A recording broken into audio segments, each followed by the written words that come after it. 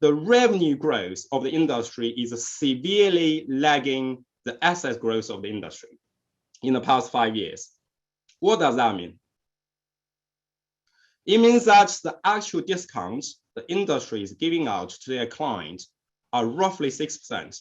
All of these savings global custodians have done in the cost cutting through various cost cutting measures has more or less gone to their clients.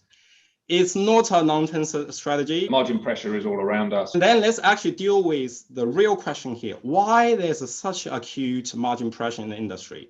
If you think about the box, it is coming out of the natural competition between all the global custodians. But most importantly, the margin pressure is actually being passed along through the value chain. I don't think that the industry itself can fix itself by fixing your own problem. But equally, I don't think that the industry has the time and the fortune to say, let's wait for 10 years for the other parts of the value chain to fix themselves so we can then look at ourselves. I think that you cannot just stay still, say, we're just going to do nothing and wait and see. So how do we actually change the paradigm? I think we're all on a journey to be a little bit more rational about how we manufacture services. We are under massive transformation because of the challenge of the industry, but as well as the opportunity to embrace new technology. So I think if we are smart enough to move through this transformation journey, I think the path will be there. Let's not be naive. We might lose some revenue in certain fields just because we will industrialize it collectively on a greater way, and it will challenge a bit some of the revenue stream. Historically, we made money by, charging a basis point on assets and transaction fees. The pricing will be a bit different. And for every dollar lost, I think there'll be a new dollar made in this new ecosystem. It's just going to change. What we're going to do is enable anybody that can add value to the client will be enabled in the asset ecosystem of tomorrow. I view everybody as a competitor, but at the same time, I view them as an enabler. And if they do end up adding value to the client's value proposition, then we'll embrace them. These are all stepping stones to get us to an institutional, decentralized finance environment.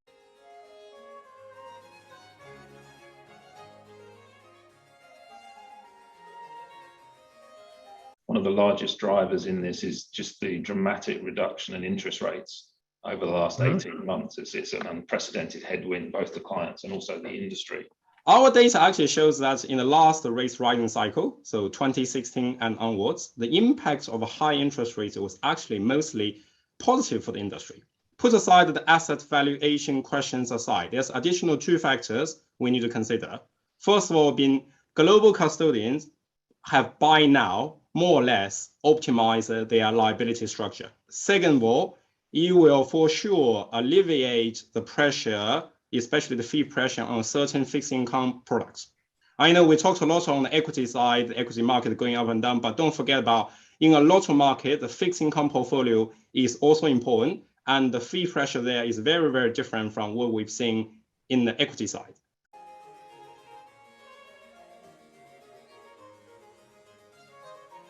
One trend I am confident about is consolidation. If industry revenues are coming down in aggregate, it is very much possible to become a much closer partner to people and grow your business. But the reality is the bottom end of the industry may get squeezed. In the market space, the largest participants have between 12 and 15% market share.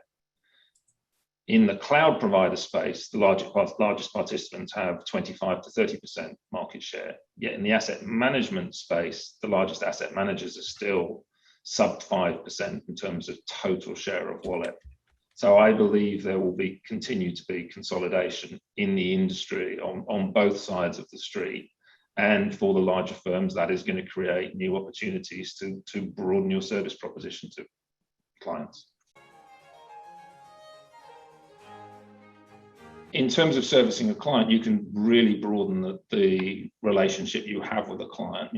A bank like Citi, we're obviously very committed to Securities Services. We're also a large universal bank, and therefore we can be an incredibly powerful partner to someone when you connect all of those various pieces, Securities Services, markets execution, banking, advisory. So there are very many ways of skinning the cat. Within the industry is cross-sale is key. Cross-sale into other areas, which is quite important. Which does mean that the bigger and the broader your franchise is, the easier it gets. I do think there is going to be an underlying theme of industry consolidation and bigger relationships with people, more strategic relationships with people. We have seen across the industry much more partnership, much more massive outsourcing, or utilities, as well as, of course, the path to technology. We see the external world not only as competitors, and notably the tech, but I think more and more the partnership mindset that our industry is embarking now, it might be between ourselves, but with the tech world in particular, has as well accelerated over the last 5 years, but it's still the beginning. So I think I find it again very attractive because it pushes us to work in a different way and to find new model, collaborative model, to bring value to our clients and to the stakeholders of this partnership. And I find that extremely attractive as well and exciting for our industry. There's an element there where a partnership between fintech and the asset servicing world, where we bring, more of a global footprint, we build more a hardened infrastructure.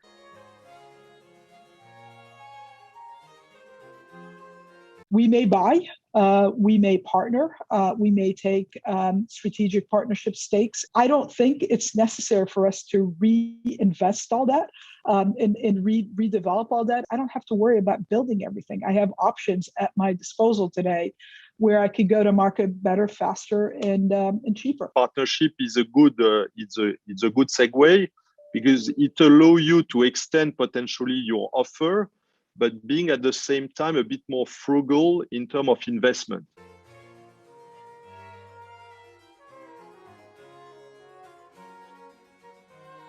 I think people will always ask for more technology dollars. The reality with technology investments is you have your legacy to maintain. You have your regulatory mandatory to respond to, and therefore the discretionary amount you get to invest is often perceived to be too little. But the reality also with technology investments is if you give someone a large sum of money to spend, it's actually incredibly difficult for them to spend it efficiently. The business case is not easy to run because you need to invest on top of your legacy infrastructure, and it could not replace it right away. It will take years. So not to mention the interoperability between the new technology and your legacy environment. I try to explain that as bringing the Jetsons and the Flintstones together. And we are looking to deploy new tech stacks. But the challenge is how do you make sure it seamlessly integrates with the old so we can give our clients the best of both worlds. Only if they transform themselves. And I'm starting to get worried about their positioning, to be honest. I mean, you look at SWIFT, you look at CLS, you look at PTCC, Euroclear, all the utilities we've grown up with. I think they need to start to articulate their future position. This ship is about to leave the docks here, and they need to jump on board. So yes, of course, if they do enable our transformation, we will wholeheartedly embrace them, but we can't let them slow us down either. I think this is actually going to be a very interesting thing to watch out in the next 5 to 10 years, because something we have not talked about is the SNC plus DST, the State Street plus Charles River, the LSE plus Refinitiv, the Deutsche Post plus somewhere else. So we're going to see a lot of these things. Everybody's in the same boat. We're all trying to figure out a way how to manage in the value chain, value pressure. One thing I think a lot of people have not looked at is, have you actually ventured out to look at upstream or downstream of the business? This is where I think the industry's next focus points are, because equity markets or the capital markets has clearly valued different parts of this value chain differently. And there's a reason for that.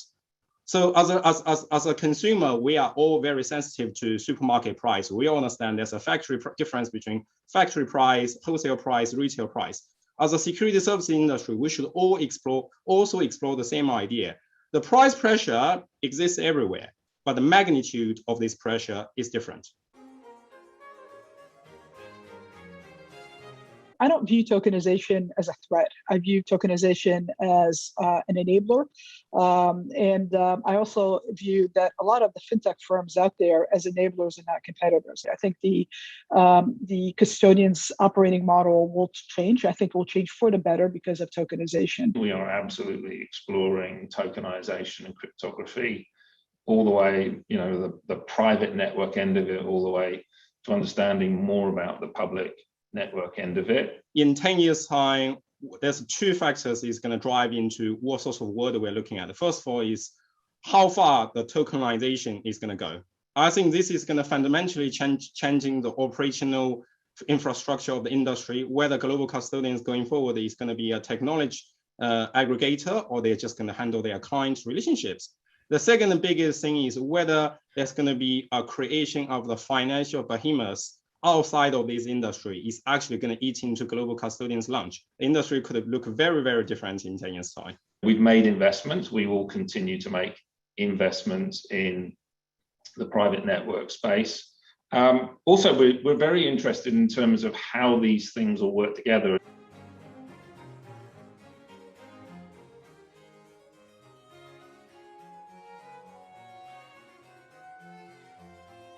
If you have an industry with multiple different protocols, at some point that all has to come together, that all has to work seamlessly in front of a client. So one of the other areas as a firm that we're looking at is the interoperability of cryptography protocols.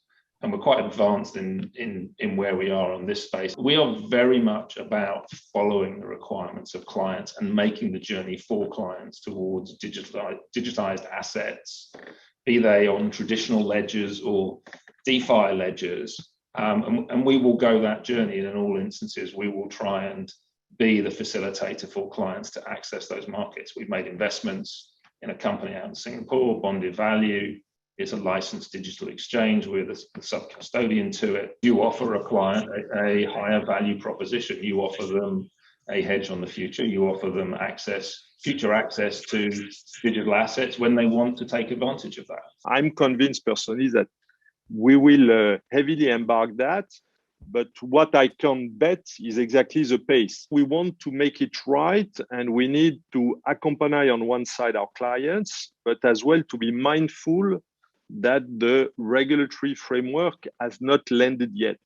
So there are a lot of action that we are taking with our clients, with regulators at the same time, to make things progress, to deliver tangible value. We have entered in a new, I would say, technology era, thanks to DLT, thanks to cloud. So we have new tools in a way that we can embark.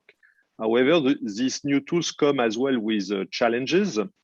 I think, and the banking industry in general is a bit conservative, which is naturally because our reputation is on the back of the trust we provide to our clients.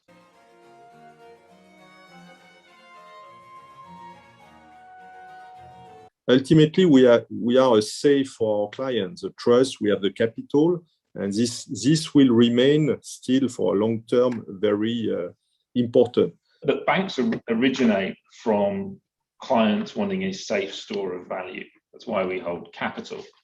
One of the challenges with DeFi is, when the music stops, who's the store of capital?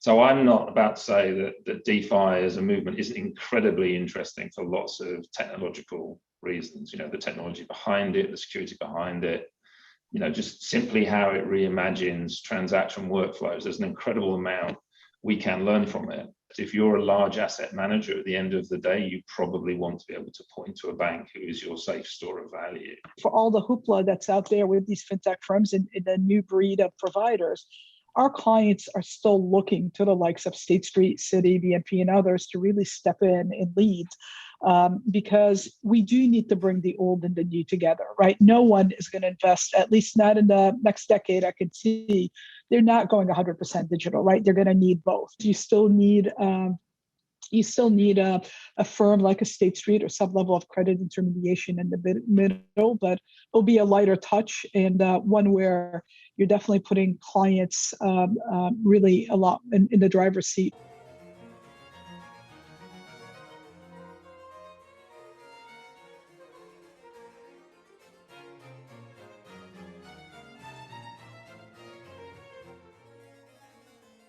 We've never shied away from saying that part of our strategy is to be a data custodian. Data management is a good example, and you hear that a lot in our industry.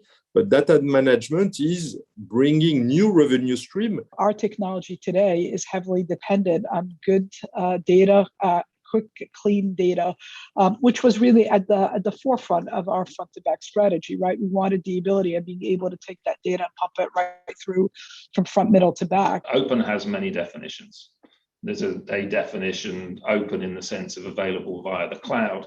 That can still be a proprietary and tied system where clients have to choose and lock themselves in and out certain data architecture, and client data isn't perhaps particularly mobile. Open can also mean, similar things to open source, where the industry contributes to standards. And we think within finance, one of the bigger opportunities actually relates to the achievement of common standards, right? We all have our own data services. We all use different data models. We all use different standards. The industry is incredibly fragmented. We see utilities appearing to solve some of those problems. So one of the things I think we as a firm are interested in is looking at harmonization of that. If we could be more consistent in terms of how we exchange data. The reality is every firm has its own data service on its proprietary platform. So do some of the OMS providers. Data standards are not common. When you look at transaction workflows, if you go from a marketplace transaction to an ICSD, there are 4 or 5 levels of duplicated data, duplicated technology, duplicated operations. If you were to design the industry today using modern technology, you probably wouldn't design it the way it operates.